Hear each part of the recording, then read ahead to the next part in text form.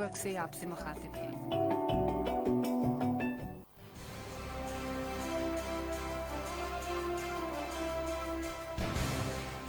یہ ہے voice AIOU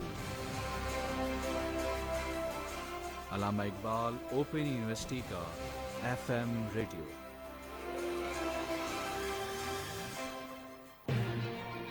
علامہ Iqbal open university میں سیمسٹر بہار 2024 فیز 2 کے داخلے جاری ہیں۔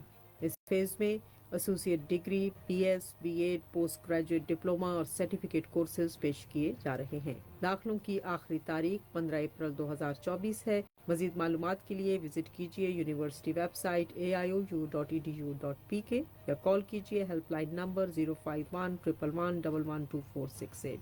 معیاری تعلیم سب کے لیے۔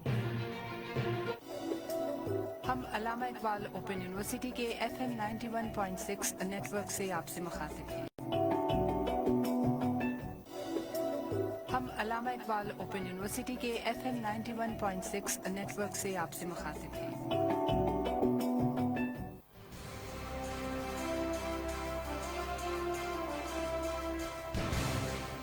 یہ ہے voice of AIOU Allama Iqbal open university کا FM ریڈیو۔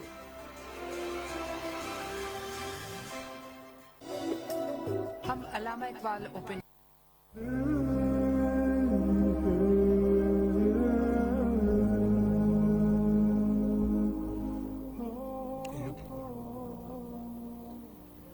بسم اللہ الرحمن الرحیم۔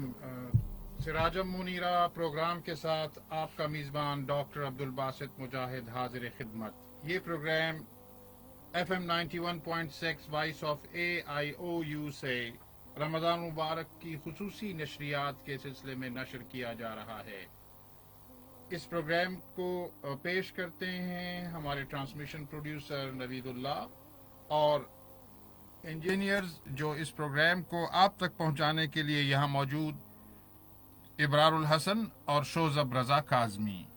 اس پروگرام کے پہلے سیگمنٹ کا آغاز ملک کے معروف قاری سید بزرگ شاہ صاحب الازہری فرماتے ہیں۔ میں ان سے ملتمس ہوں کہ کلام مجید سے آج کے اس پروگرام کا آغاز کریں۔ اعوذ باللہ من الشیطان الرجیم، بسم اللہ الرحمن الرحیم۔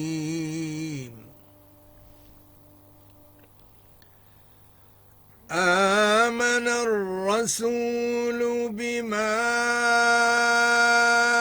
أنزل إليه من ربه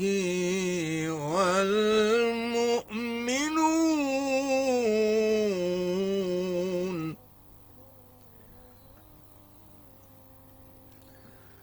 كل آمن بالله وملائكته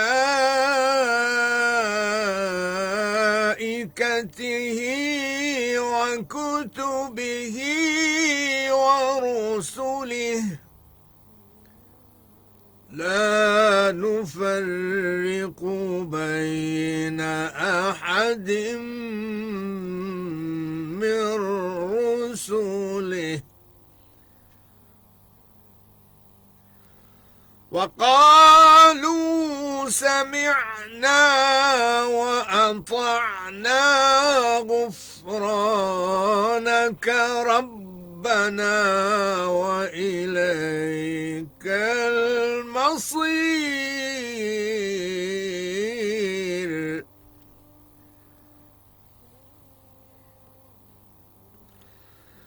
لا يكلف الله نفسا إلا وسعها، لها ما كسبت وعليها ما اكتسبت۔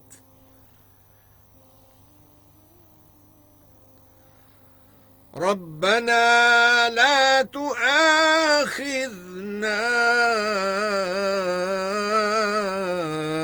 إن نسينا أو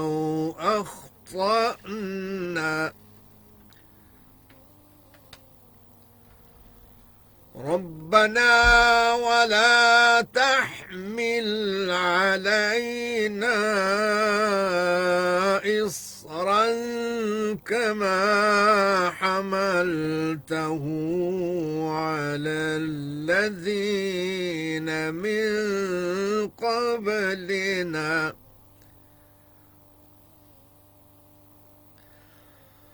ربنا ولا تحملنا ما لا طاقة لنا به واعف عنا واغفر لنا وارحمنا أنت مولانا فانصرنا على القوم الكافرين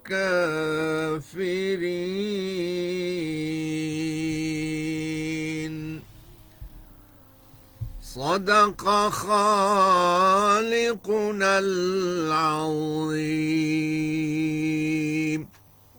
جزاک اللہ خیر. قاری صاحب نے آج سورہ البقرہ کی آخری 2 آیات کی تلاوت سے ہمارے قلوب و اذہان کو منور فرمایا. ان آیات مبارکہ میں اللہ رب العزت ارشاد فرما رہے ہیں رسول اس کتاب پر جو ان کے پروردگار کی طرف سے ان پر نازل ہوئی ہے ایمان رکھتے ہیں، اور مومن بھی سب خدا پر اور اس کے فرشتوں پر اور اس کی کتابوں پر اور اس کے پیغمبروں پر ایمان رکھتے ہیں، اور کہتے ہیں کہ ہم اس کے پیغمبروں سے کسی میں کچھ فرق نہیں کرتے، اور وہ خدا سے عرض کرتے ہیں کہ ہم نے تیرا حکم سنا اور قبول کیا. اے پروردگار ہم تیری بخشش مانگتے ہیں اور تیری ہی طرف لوٹ کر جاتا ہے. خدا کسی شخص کو اس کی طاقت سے زیادہ تکلیف نہیں دیتا. اچھے کام کرے گا تو اس کو ان کا فائدہ ملے گا، برے کرے گا تو اسے ان کا نقصان پہنچے گا. اے پروردگار اگر ہم سے بھول یا چوک ہو گئی ہو تو ہم سے مواخذہ نہ کیجیو. اے پروردگار ہم پر ایسا بوجھ نہ ڈالیو جیسا تو نے ہم سے پہلے لوگوں پر ڈالا تھا. اے پروردگار جتنا بوجھ اٹھانے کی ہم میں طاقت نہیں اتنا ہمارے سر پر نہ رکھیو، اور اے پروردگار ہمارے گناہوں سے درگزر کر اور ہمیں بخش دے اور ہم پر رحم فرما. تو ہی ہمارا مالک ہے اور ہم کو کافروں پر غالب کر. آمین. اللہ کریم نے بالکل سچ فرمایا ہے. اب میں قاری صاحب سے ملتمس ہوں کہ وہ اختصار کے ساتھ ہمیں قرآن اور دیگر کتب سماوی کے موازنے کے بارے میں کچھ ارشاد فرمائیں. بسم اللہ الرحمن الرحیم. الحمد للہ والصلاة والسلام علی خیر خلق اللہ وبعد. یہ بات پہلے ہو چکی ہے کہ اللہ جل مجدہ نے جو انبیاء دنیا میں بھیجے ان میں 315 ایسے انبیاء تھے جنہیں کتابیں اور صحیفیں بھی ملی ہوئی تھی، اور اللہ تعالیٰ کا یہ منصوبہ رہا کہ اللہ نے حضور صلی اللہ علیہ وسلم کے حیات تک، حضور صلی اللہ علیہ وسلم کے پیدائش تک انبیاء دنیا میں بھیجتے رہے، اور کلما ہلک نبی خلفہ نبی، جب کوئی کسی ملک کا، کسی بستی کا، کسی علاقے کا نبی فوت ہو جاتا تو اللہ تعالیٰ اس کی جگہ دوسرا نبی بھیج دیتا، مبعوث فرماتا. حضرت محمد صلی اللہ علیہ وسلم کی آمد کے ساتھ یہ ضابطہ بدل دیا گیا. حضرت محمد صلی اللہ علیہ وسلم کی نبوت قیامت تک باقی رکھی گئی. جب نبی محمد صلی اللہ علیہ وسلم، جب نبی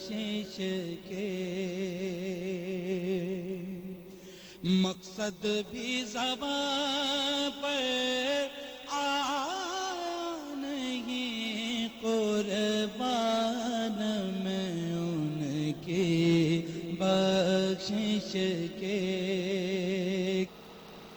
قربان میں ان کی بخشش کے، مقصد بھی زبان پر آیا نہیں، بن مانگے دیا اور اتنا دیا، بن مانگے دیا اور اتنا دیا، دامن میں ہمارے سمایا نہیں، دامن میں ہمارے سمایا نہیں، دامن میں ہمارے سمایا نہیں، بن مانگے دیا اور اتنا دیا، بن مانگے دیا اور اتنا دیا، دامن میں ہمارے سمایا نہیں، دامن میں ہمارے سمایا نہیں، قربان میں ان کی بخشش کے، ایمان ملا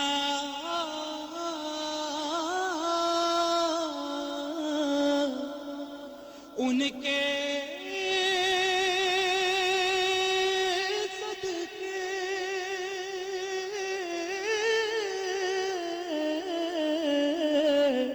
ایمان ملا ان کے صدقے، قرآن ملا ان کے صدقے،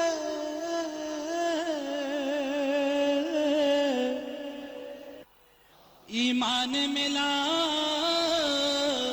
ان کے صدقے،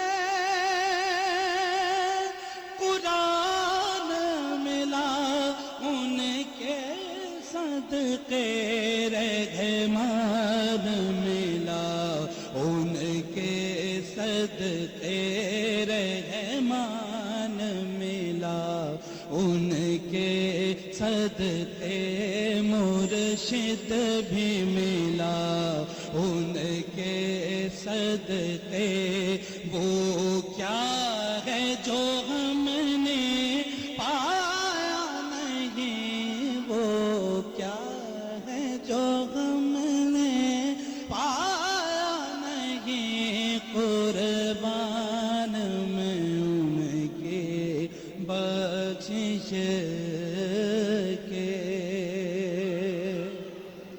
ایمان ملا ان کے صدقے، قرآن ملا ان کے صدقے، ایمان ملا ان کے صدقے، قرآن ملا ان کے صدقے، رحمان ملا ان کے صدقے، رحمان ملا، ہاں مرشد بھی ملا ان کے صدقے، وہ کیا ہے جو ہم نے پایا نہیں، وہ کیا ہے جو ہم نے پایا نہیں، قربان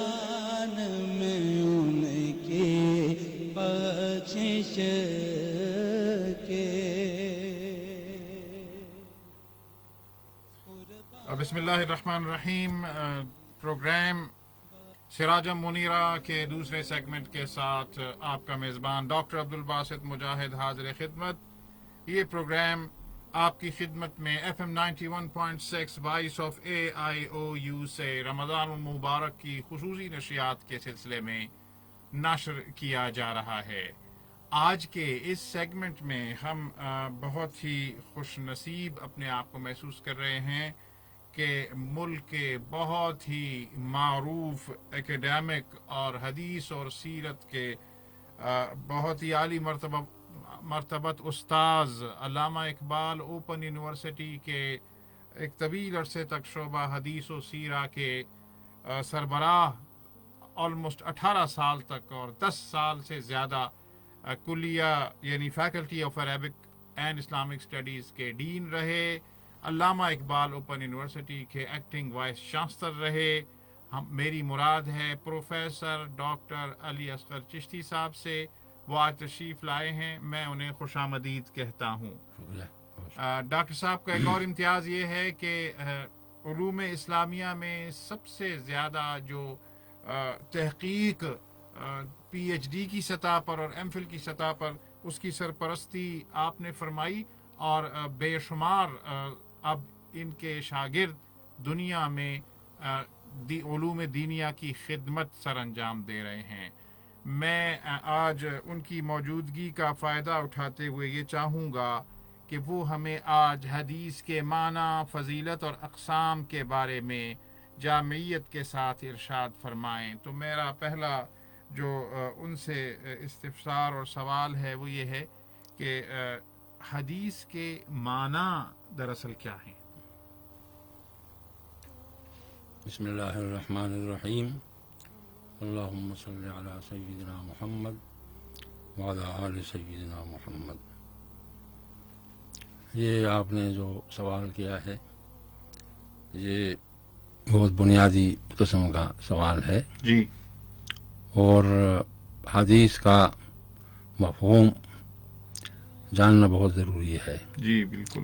کیونکہ عام طور سے جو غلط فہمی پیدا ہوتی ہے وہ حدیث کی تعریف سے ہوتی ہے. جی جی بالکل. اس میں بنیادی جو پوائنٹ ہے وہ یہ ہے کہ حدیث کا کلمہ جو ہمارے ہاں استعمال ہوتا ہے لٹریچر میں, تو اس کے دو مفہوم ہیں. جی. ایک تو اس کا مفہوم وہ ہے جس کو ہم لفظی مفہوم کہتے ہیں, جی جی یا اس کو لغوی مفہوم کہتے ہیں. جی. اور دوسرا مفہوم وہ ہے جس کو ہم اصطلاحی مفہوم کہتے ہیں. جی. اب یہ جو لفظی اور لغوی مفہوم ہے تو یہ کلام ہے. الحدیث والکلام. ہم جب حدیث کی تعریف کرتے ہیں لغوی اعتبار سے تو ہم کہتے ہیں کہ حدیث کیا ہے؟ کلام ہے. جی جی. گفتگو ہے, بات ہے. بات ہے. بات چیت کرنا, گفتگو کرنا حدیث ہے. اور دوسرا مفہوم جو حدیث کا لغوی اعتبار سے آتا ہے وہ نئی چیز کے لیے استعمال ہوتا ہے. جی. جیسے ہم کہتے ہیں کہ العصر الحدیث, ماڈرن ایج, نیا دور, یا العصر الحدیث, یا کوئی بھی جو نئی چیز ہوتی ہے تو اس کے لیے ہم حدیث کا مفہوم کا لفظ استعمال کرتے ہیں. تو لغوی اعتبار سے تو حدیث کے دو مفہوم آتے ہیں, ایک کلام ہے اور دوسرا مفہوم نئی چیز ہے. نئی چیز. ہاں. لیکن اصطلاحی مفہوم بالکل مختلف ہے. جی بالکل. علماء لغت کے ہاں تو اس کا مفہوم یہی ہے جیسے میں نے بتایا, لیکن علماء حدیث کے ہاں جب یہ کلمہ استعمال ہوتا ہے حدیث کا تو اس کا مفہوم بالکل مختلف ہے. جی جی. علماء حدیث کے ہاں جب حدیث کا کلمہ استعمال ہوتا ہے تو اس میں اس سے مراد تین چیزیں آتی ہیں. تین چیزیں. ہاں. ایک تو اقوال رسول اللہ صلی اللہ علیہ وسلم, اور اس کے بعد افعال رسول اللہ صلی اللہ علیہ وآلہ وسلم، اور پھر احوال رسول اللہ، احوال رسول اللہ، جی ہاں، اقوال رسول اللہ، افعال رسول اللہ اور احوال رسول اللہ، جی جی، ان تینوں پر حدیث کا کلمہ صادق آتا ہے اور اس کا اطلاق ہوتا ہے۔ اب اقوال جو ہیں قول کی جمع ہے، اللہ کے رسول کا قول جو ہے ہم اس کو حدیث کہتے ہیں، جو بات آپ نے فرمائی وہ فرمائی ہے، قال رسول اللہ صلی اللہ علیہ وآلہ وسلم، جی، اللہ کے رسول کے تمام ارشادات جو ہیں تو ان کو ہم حدیث کہتے ہیں۔ حدیث کہتے ہیں۔ اسی طرح جو اللہ کے رسول کے افعال ہیں، آپ نے جو فرمایا کر جو کے آپ نے فعل رسول ہے، اللہ کے رسول نے جو کچھ کیا اور صحابہ کرام نے دیکھا، ظاہر ہے کہ اللہ کے رسول کے افعال کا مشاہدہ صحابہ کرام کر سکتے ہیں۔ نے کیا ہے۔ تو یہ بڑا بنیادی فرق ہے کہ اقوال میں اور افعال میں یہ فرق ہے کہ قول رسول تو براہ راست اللہ کے رسول کا قول ہوتا ہے جی جی جو صحابی نقل کرتا ہے، اور فعل رسول اللہ کے رسول کا فعل ہوتا ہے جو صحابی کا مشاہدہ ہوتا ہے۔ جی جی جی، صحابی دیکھتا ہے کہ اللہ کے رسول نے یہ کام اور وہ یوں بیان کیا ہے، اور کرتا پھر ہے۔ وہ بتاتا ہے۔ تو ایک صحابی نے حضور کو جس طرح دیکھا اسی طرح وہ آگے بتاتا ہے جی کہ میں نے اللہ کے رسول کو ایسا کرتے ہوئے دیکھا۔ اور تیسری چیز جو ہے اللہ کے رسول کے احوال ہیں، احوال ہیں۔ یہ جو احوال ہیں یہ اللہ کے رسول کی حیات طیبہ سے متعلق، جی آپ علیہ الصلوۃ والسلام کی جو آپ نے جو زندگی گزاری جی جی، اس عالم دنیا میں، تو عالم دنیا میں آپ نے جو بھی شب و روز گزارے اور اس دوران میں آپ کے اوپر جو بھی حالات آئے، ایک جو ہے انسان کی حیثیت سے جو بھی واردات آئیں، جو کیفیات آئیں اور جو بھی حالات آئے، اور ظاہر ہے کہ ہر ایک انسان کی زندگی میں حالات آتے ہیں۔ تو ڈاکٹر صاحب اس کو ہم سیرت کہیں گے، احوال رسول؟ یہی میں بتانا چاہتا ہوں جی، جی، کہ اس میں پھر ہمارے ہاں علماء نے تقسیم کی ہے جی جی، کہ یہ جو احوال کا شعبہ ہے تو فقہا اپنی تعریف میں احوال کو شامل نہیں کرتے۔ جی جی، فقہا جب حدیث کی تعریف کرتے ہیں تو وہ کہتے ہیں کہ اقوال رسول اللہ اور اور افعال رسول اللہ، وہ احوال کو حدیث کی تعریف میں شامل نہیں کرتے۔ وہ کہتے ہیں کہ یہ جو احوال رسول اللہ ہیں جی جی، تو احوال دو قسم کے ہیں۔ ایک تو وہ احوال ہیں کہ جو اختیاری ہیں، ایک وہ احوال ہیں جو غیر اختیاری ہیں، جن کو احوال اجباری کہتے ہیں۔ جی جی، تو فقہا کہتے ہیں کہ جو احوال اختیاری ہیں، مثلا اس میں بہت بڑی قسم وہ ہے جس کو ہم سکوت کی روایات کہتے ہیں، کہ اللہ کے رسول نے سکوت فرمایا، دیکھا، خاموشی اختیار فرمائی، اس کو تقریر کہتے ہیں۔ ہمارے یہاں عام طور سے ہم جب حدیث کی تعریف کہتے ہیں تو ہم کہتے ہیں کہ تقریر رسول اللہ، تقریرات۔ تو تقریر کے معنی ہے کہ ما قرر رسول اللہ صلی اللہ علیہ وسلم، اللہ کے رسول نے جس کو برقرار رکھا، جی، صحابی نے ان کے سامنے کوئی کام کیا یا کوئی بات کی، اللہ کے رسول نے اس کی بات سنی، اس کے عمل کو دیکھا اور خاموشی اختیار فرمائی۔ تو یہ جو اللہ کے رسول کی خاموشی ہے، سکوت اختیار فرمانا ہے، اس کو اصطلاح میں تقریر کہتے ہیں۔ تقریر کہتے ہیں۔ یہ جو تقریر ہے تو یہ بھی حدیث ہے۔ اب فقہا کہتے ہیں کہ یہ جو تقریرات ہیں، سکوت ہے، اللہ کے رسول نے جو سکوت اختیار فرمایا جی تو یہ بیسیکلی فعل ہے، ظاہر ہے کہ انہوں یہ نے فعل ہے۔ اللہ کے رسول نے جب سکوت اختیار فرمایا تو یہ حضور کا فعل ہے۔ اس لیے تمام سکوت کی روایات فقہا کے نزدیک افعال میں آ جاتی ہیں۔ اب وہ کہتے ہیں کہ اقوال رسول اللہ اور افعال رسول اللہ، تو حضور کے تمام اقوال اور حضور کے تمام افعال جس میں سکوت شامل، جس میں سکوت شامل ہے۔ اب یہ جو غیر اختیاری احوال ہیں، جیسے حضور علیہ الصلوۃ والسلام کی ولادت باشہادت ہے، اس کے علاوہ بھی ہے تمام واقعات جو حضور کی زندگی میں پیش آئے، تو وہ کہتے ہیں کہ یہ سیرت کا شعبہ ہے، جی جی یہ سیرت میں فعال کرتے ہیں واقعات، یہ حدیث میں نہیں آتی۔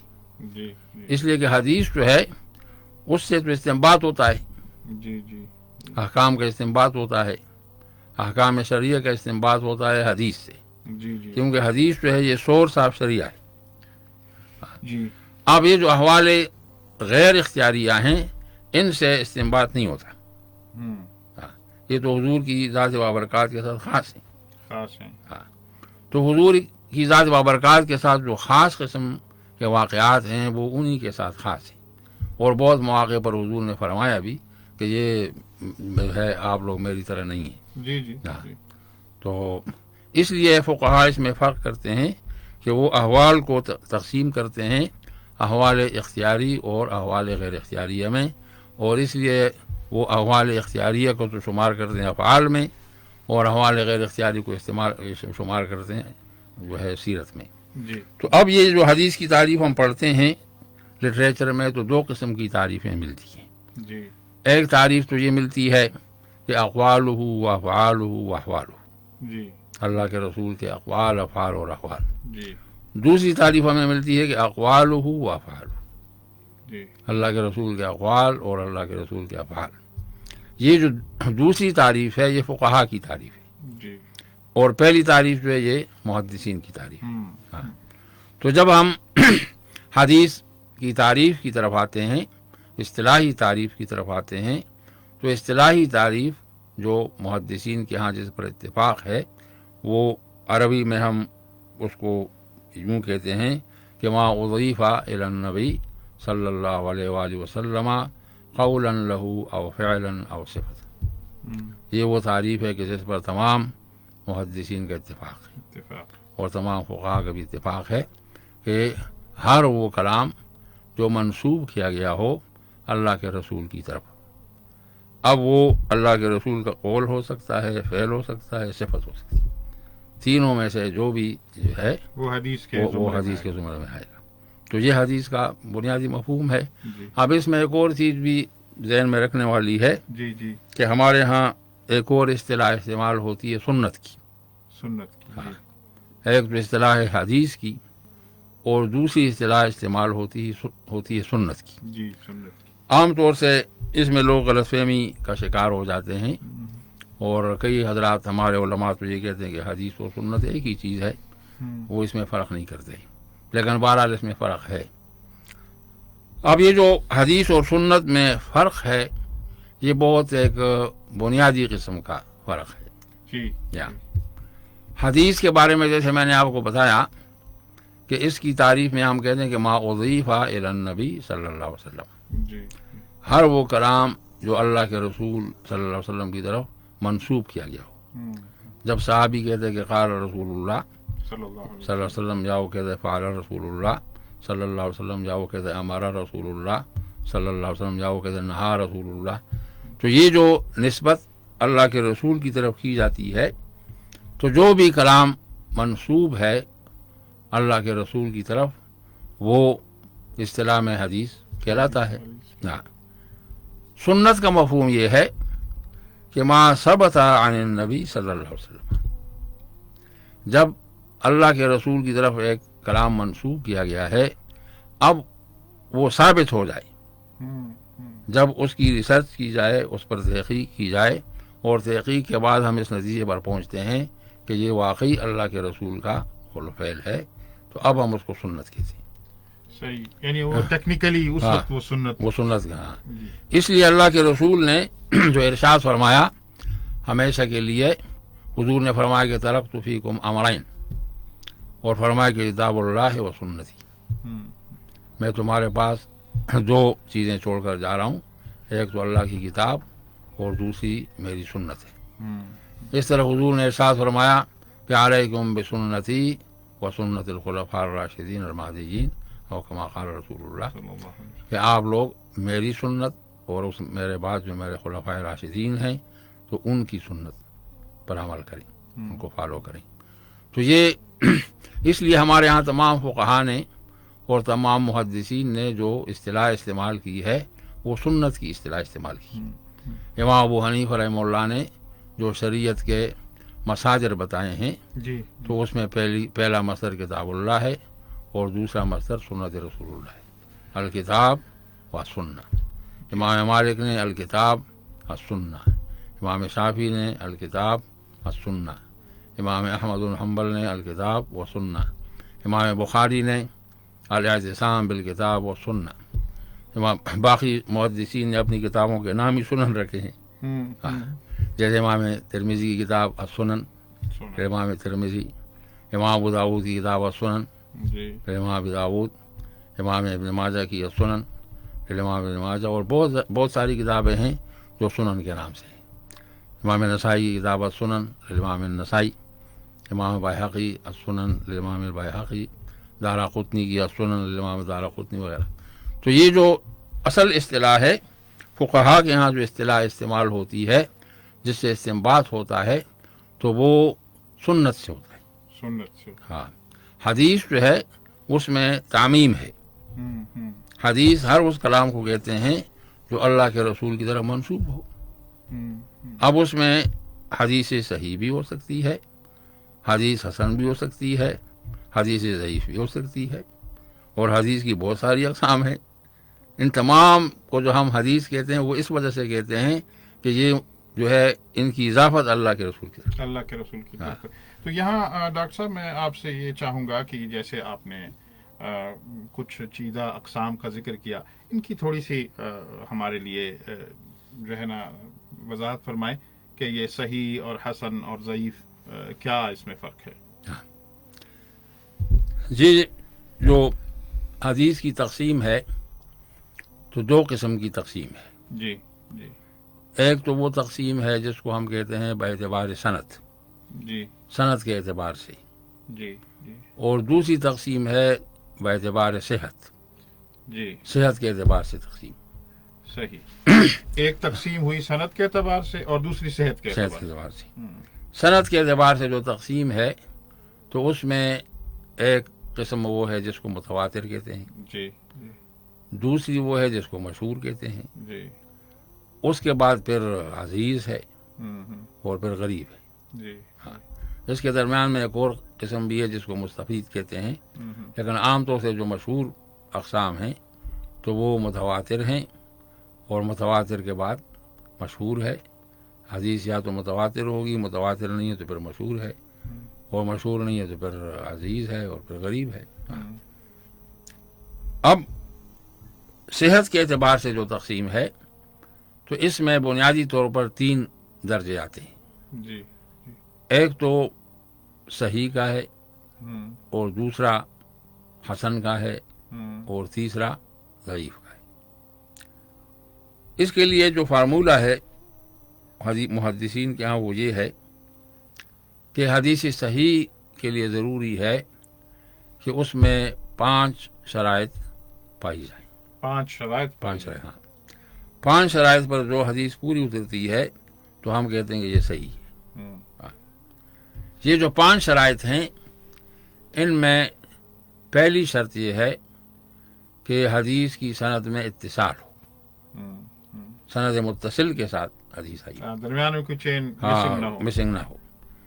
نیچے جو مثلا امام بخاری ہیں تو امام بخاری سے لے کر صحابی تک پوری کی پوری سند جو ہے وہ آپس میں مربوط ہو.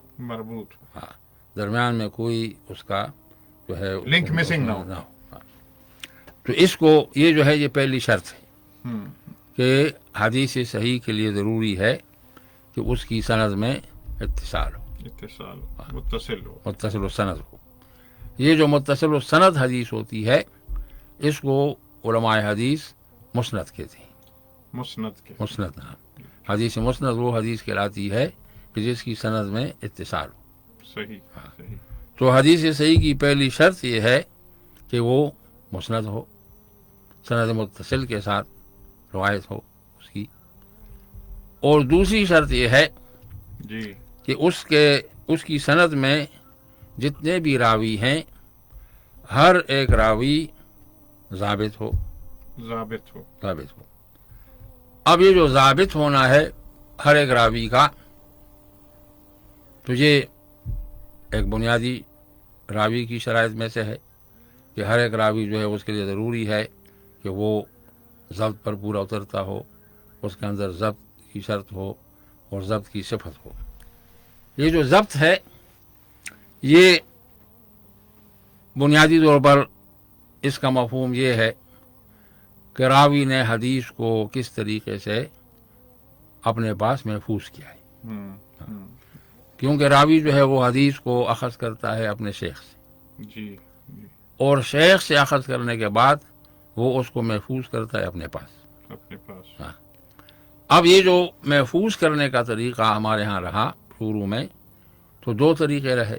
جی ایک طریقہ تو رہا ضبط بالصدر، ہاں، ہر سینے کی روایت سے ہاں، تو وہ محفوظ کیا اس نے اپنے سینے میں، ہاں، اور ذہن میں محفوظ کیا، ذاکرے میں محفوظ کیا، تو یہ اس کو ضبط بالصدر کہتے ہیں۔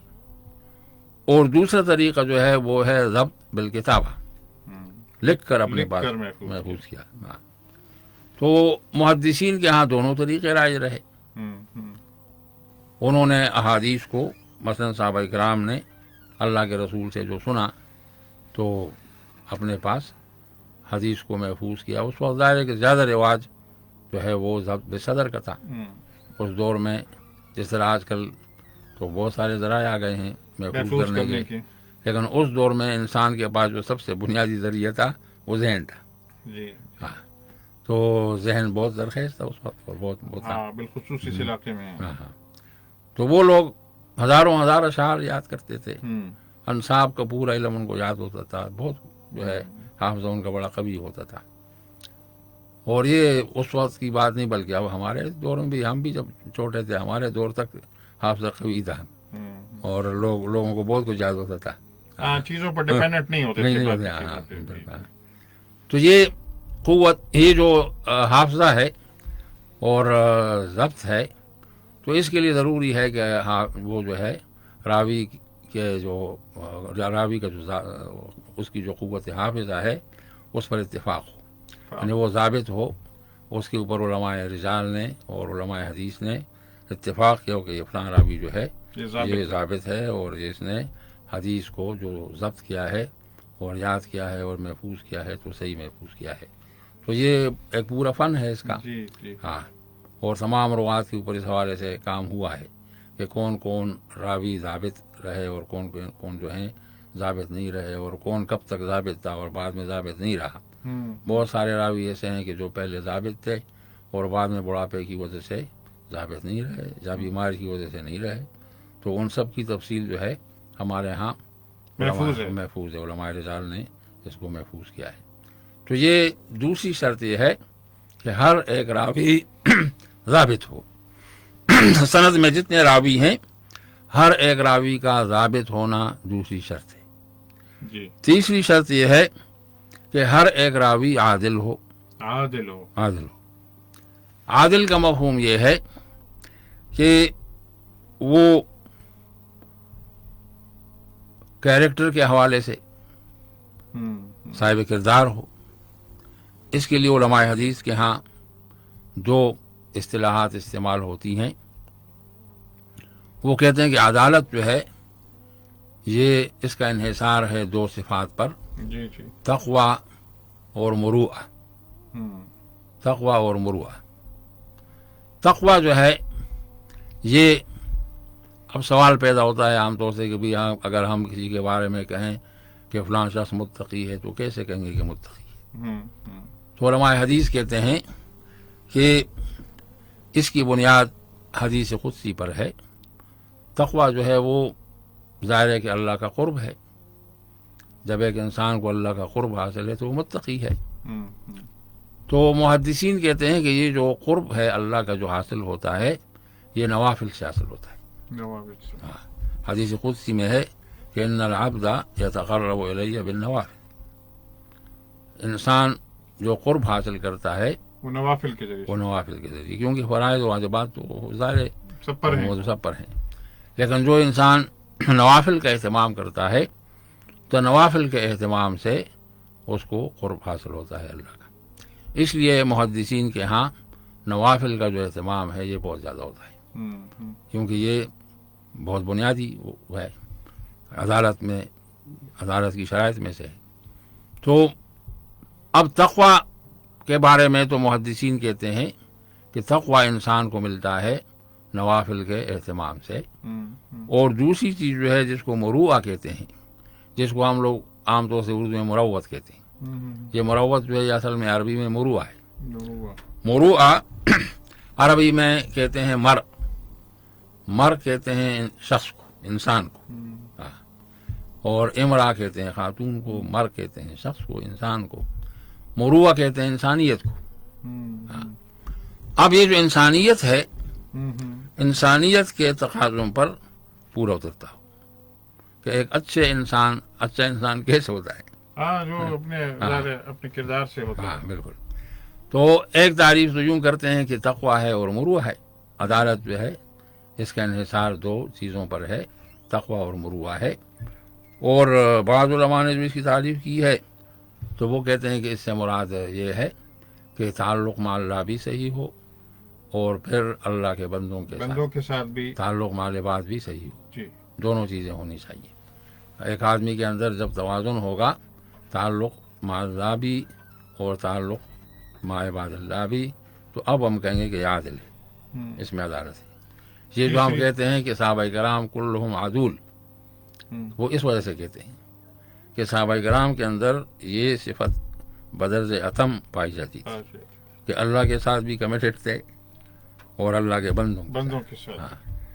تو اس لیے ہمارے ہاں یہ اصول ہے کہ تمام کے تمام صحابہ جو ہیں الصحابہ کلہم عدول، اور صحابہ کرام کی عدالت پر اس لیے ہم بات نہیں کرتے، کلام نہیں کرتے. تو یہ تیسری شرط ہے کہ ہر ایک راوی عادل ہو. اور چوتھی شرط یہ ہے کہ روایت میں شذوذ نہ ہو، روایت میں شذوذ نہ ہو. اب شذوذ کا جو مفہوم ہے وہ یہ ہے کہ ثقہ راوی اپنے سے زیادہ ثقہ کی مخالفت نہ کرے. صحیح. ہاں، اس کو کہتے ہیں مخالفت الثقہ لمن ہوا اوثق منہ. اگر ایک راوی خود ثقہ ہے لیکن وہ جو روایت بیان کرتا ہے اس میں وہ اوثق کی مخالفت کر رہا ہے، تو اب اس کو شذوذ کہتے ہیں کہ اس نے شذوذ سے کام لیا ہے. ایک تعریف تو یہ ہے. دوسری تعریف یہ ہے کہ ثقہ مخالفت کرے ثقات کی، کہ ایک راوی خود ثقہ ہے لیکن اس کے مقابلے میں جو دوسری روایت ہمارے سامنے ہے وہ مروی ہے کئی ثقات سے، اور اس کی روایت یہ مختلف ہے. تو یہ اس کو شذوذ کہتے ہیں کہ اس نے ثقات سے کی مخالفت کی ہے. ایک تو راوی ثقہ اوثق کی مخالفت کرتا ہے، یہ بھی شذوذ ہے. دوسرا یہ کہ ثقہ پوری جماعت کی مخالفت کرتا ہے، تو یہ بھی شذوذ ہے. تو یہ اصول ہے. چوتھا جو چوتھی شرط ہے وہ یہ ہے کہ عدم شذوذ، کہ حدیث میں شذوذ نہیں ہونا چاہیے، عدم شذوذ ہے. اور پانچویں شرط یہ ہے کہ علت نہیں ہونی چاہیے، حدیث میں علت نہیں ہونی چاہیے. یہ جو علت ہے اس کا مفہوم یہ ہے، عربی میں ہم کہتے ہیں کہ سبب غامض خفی یخضع فی الحدیث. ایسا سبب جو مخفی ہے، نظر نہیں آ رہا، لیکن جب نظر آئے تو حدیث کو متاثر کرتا ہے. جس طرح اس کی مثال ہم دیتے ہیں کہ جیسے انسان کے جسم میں ایسی بیماری ہے کہ وہ نظر نہیں آتی لیکن جب موجود ہے اور جب سامنے آتی ہے تو پھر جسم کو متاثر کرتی ہے. تو اسی طرح حدیث میں کئی جو ہے اس کے پہلو ہیں کہ وہ بظاہر نظر نہیں آتے، اور جو ماہرین ہوتے ہیں وہ جب اس کو پڑھتے ہیں اور وہ دیکھتے ہیں تو وہ سمجھتے ہیں کہ بھی اس میں فلاں حدیث میں فلاں علت ہے. اور وہ علت کے پھر اسباب ہیں، بہت سارے اسباب ہیں کہ کس وجہ سے علت ہے. تو یہ 5 شرائط ہیں. پہلی شرط یہ ہے کہ حدیث کی سند میں اتصال ہو.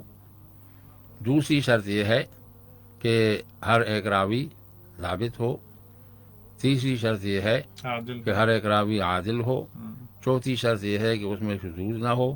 پانچویں شرط یہ ہے کہ اس میں علت نہ ہو. ہاں، تب یہ صحیح، تب حدیث صحیح ہے. جب یہ 5 شرائط کسی حدیث میں پوری طرح پائی جاتی ہیں تو پھر اس حدیث کے بارے میں کہا جاتا ہے کہ یہ حدیث صحیح ہے. اب یہ جو فارمولہ ہے 5 شرائط کا، تو یہ جب ذہن میں رہے تو پھر حدیث حسن اور ضعیف جو ہے اس کو سمجھنا آسان ہو جاتا ہے. ہاں.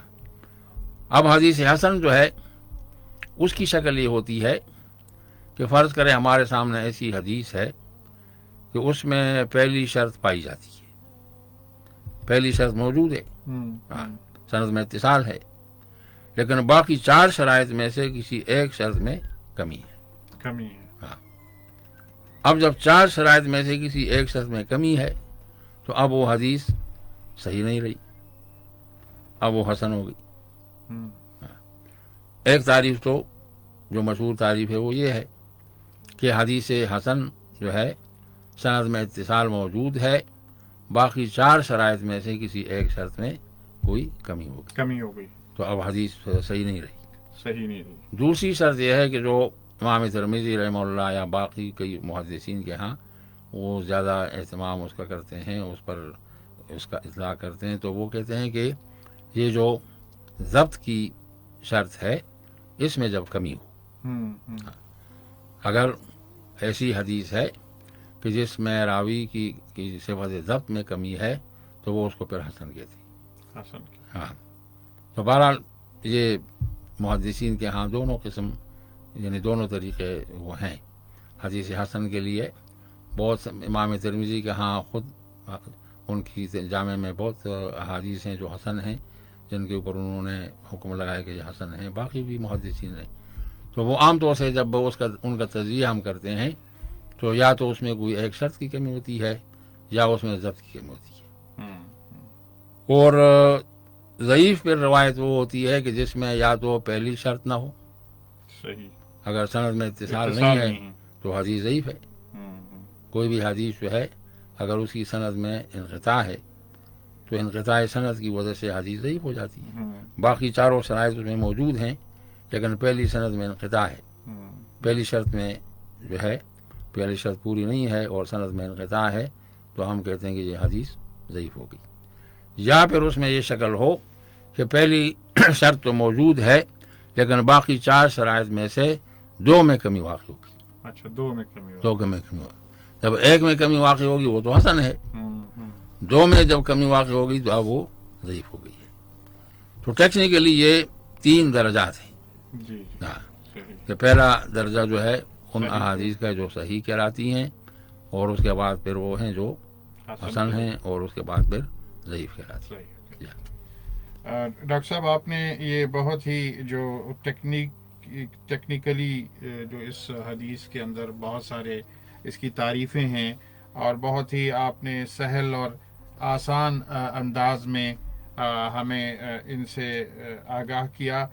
ہم آپ کے بہت شکر گزار ہیں اور یہ جو آج کا پروگرام ہے یہ تشنا ہے, ہم چاہیں گے کہ پھر بھی آپ ہمیں وقت عنایت کریں اور اس پر ہم مزید بات کر سکیں. میں FM 91.6 کی پوری ٹیم کی طرف سے آپ کی یہاں تشریف آوری پر آپ کے شکر گزار ہیں. اللہ تعالی ہماری اس سعی کو, آپ کے یہاں آنے کو اور حدیث مبارکہ پر بات کرنے کو اپنے دربار میں شرف قبولیت بخشے اور ہم سب کے لیے توشہ آخرت بنائے. سامعین و ناظرین کرام, ہمارے پروگرام کا وقت ختم ہوتا ہے. اپنے میزبان ڈاکٹر عبدالباسط مجاہد کو سراجم منیرہ پروگرامز کے آج کے ایپیسوڈ سے اجازت دیجیے. کل پھر اسی وقت حاضر خدمت ہوں گے. اللہ نگہبان.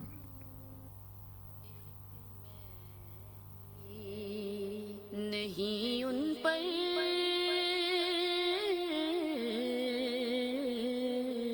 قربان زمان